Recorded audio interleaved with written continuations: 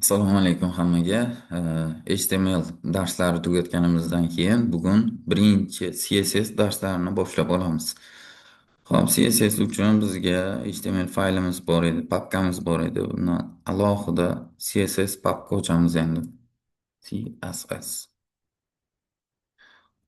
Va CSS papkamiz ichiga kirib, birinchi dars CSS papka ochamiz. Va buni VS Code'da ochib olamiz.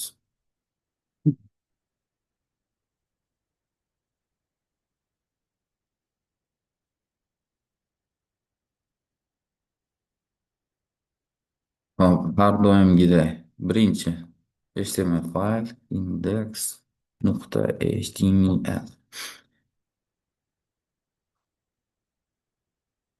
O'tgan darsda o'rgatganimizdek Shift 1 bosib Enter bosamiz, kerakli fayllar o'zi yuklanadi. Va hozircha kerak emas. Hop, CSS veb sahifamizdagi har qanday kontentlar, hamma kontentlar HTMLda yoziladi va HTMLdan beriladi. CSSdan esa o'sha kontentlarga faqatgina stil beriladi.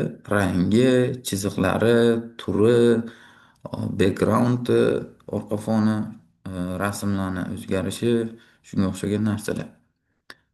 Hop, hozirda CSS uchun birinchi uch xil CSS turi bor.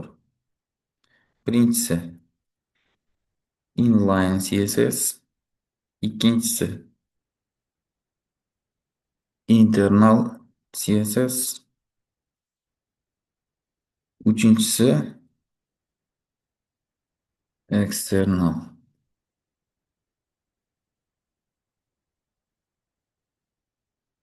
va to'rtinchisi bu CSSni import qilish.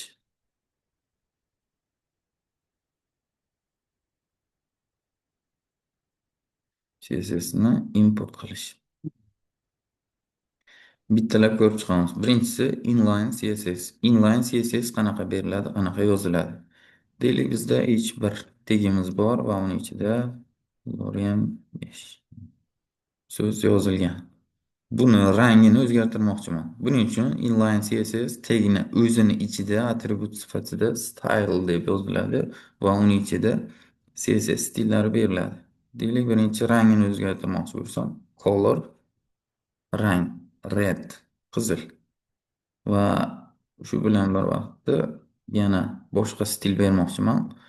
Background color, orqa foni deylik yashil bo'lsin va natijani ko'ramiz. Mana natijamiz, demak, H1 tegi ichidagi yozuv qizil rangda va orqa foni yashil rangda. Demak, mana shu narsa style atributi ichida yozilgan CSS ham bu inline CSS deyiladi. Ikkinchi turi internal CSS. Deylik, p tegim bor, buni ham yozilgan. Va p tegini internal CSS orqali stillarni o'zgartiraman. Buning uchun internal CSS head teglari ichida style degan teg ochiladi va style tegi ichida hamma stillar beriladi. Deylik, p tegi chaqiramiz, qovurg'ali qavsni ochamiz va ichida stillarni beramiz. Color, boshqacha rang qilay, blue, background color, coral degan rang bor. Natijani ko'ramiz. Mana bu ham xuddi o'sha inline CSS bilan почти bir xil ishlaydi. Demak, orqa fon coral, shrift o'zini rangi, yozuvni rangi esa ko'k rangda. Demak, bu internal CSS. Shu joydan yana bitta tag yozmoqchi bo'lsam, button degan tag bor. Red, more. Va tagga internal CSS bermoqchi bo'lsam, mana p tagiga stilla berilgan, hammasi qovurg'ali qavs ichida yoziladi, undan chiqiladi va button tag chaqiriladi va style beriladi. Background color red. Color va degan ko'ramiz. Mana. Mana buttonimiz orqa foni qizil va ichidagi yozuv oq rangda. Demak, bu internal CSS ga misol keltirdik. Internal CSS head teglari ichida style degan teg ochiladi va uning ichida stillar beriladi. P tegi va stillari, button tegi va stillari. Va yana boshqa teg yozmoqchi bo'lsam, bu yoqdan yoziladi. Misol uchun h1 tegi va uning stillari. Font size yozuvni o'lchami 30 piksel. O'zi asli h1 32 piksel bo'ladi. 30 piksel berib biz kichraytirdik ozgina. Hop, CSS ning 3-turi, eksternal turi. Bu endi qo'yamiz tavsiya etilgani.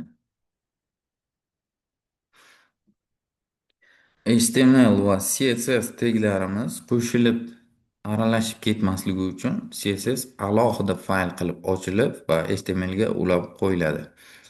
Brauzer faqat HTML faylini o'qiydi, CSS fayli esa unga ulangan holatda turadi.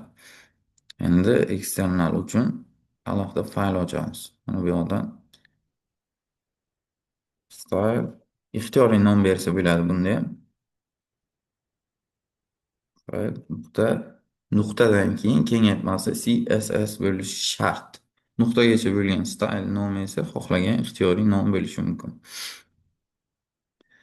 Va bu CSS ni index HTML ga ulashim uchun title'dan keyin yoki oldin hozircha farqi yo'q va head taglari ichida bo'lishi kerak. Link Link deganim bilan o'zi real style sheet deb chiqadi. Demak, CSS yozayotganimizni bildiradi va hrefning ichiga CSS faylni manzilini yozamiz. Nuqta slash CSS. Demak, CSS ulandi. Ana endi ixtiyoriy bitta tag yozaman deylik. I tagi va uning ichida ham bor. Va I tagini endi CSS dan eksternal CSS dan stil beramiz.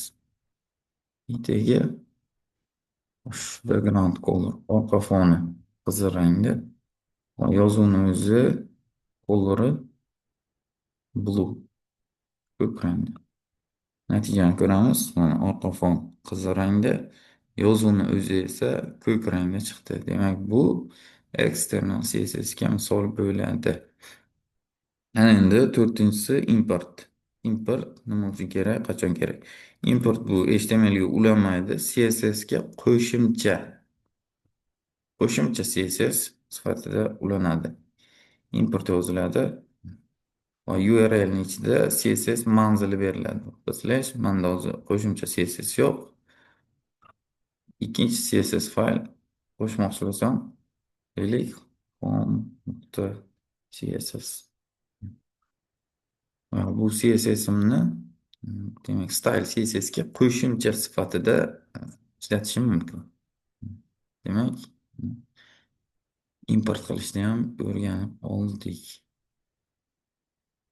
Demak, inline, internal, external va import qilish.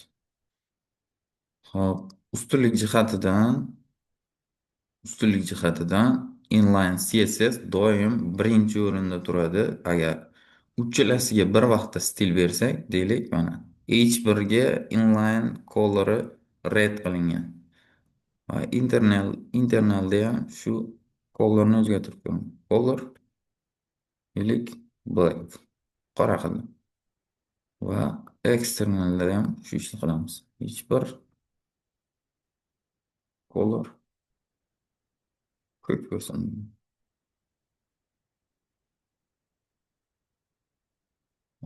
Natijani ko'ramiz. Natija hech qanday o'zgarmadi. Inline'da color qizil edi, qizilligicha qoldi. Va internal bilan eksternal ishlamadi. Uchalasida ham berilganda H1 ning rangi o'zgartirilsin deb.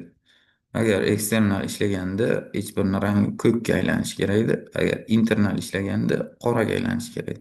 Demak, birinchi o'rinda ustunlik jihatdan inline CSS uchalasi bir vaqtda kelganda inline CSS ishlaydi. Endi inline CSS ni o'chiramiz. va natijani ko'ramiz. Endi internal va eksternal CSSlar qoldi. Natijamiz qora rangda chiqdi. Qora bu internal CSSda berilgan edi. Internalda qora deyilgandi. Eksternalda esa ko'k deyilgan. Demak, ikkinchi o'rinda internal CSS ustuvorlik jihatdan ikkinchi o'rinda. Agar internal va eksternal bir vaqtda kelib qolsa, demak internal CSS ishlaydi ekan. Endi internalni ham o'chirsam, oxirida eksternal CSS qoladi va yozuvni rangi ko'k rangda chiqadi.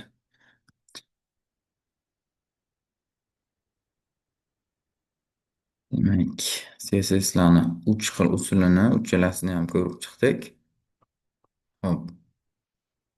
Vazifa va qo'llanma video pastida bo'ladi. Qo'llanmani ko'rib, o'zlaringiz uchun qo'shimcha yana narsalar o'rganishlaringiz mumkin, ma'lumotlar olishlaringiz mumkin.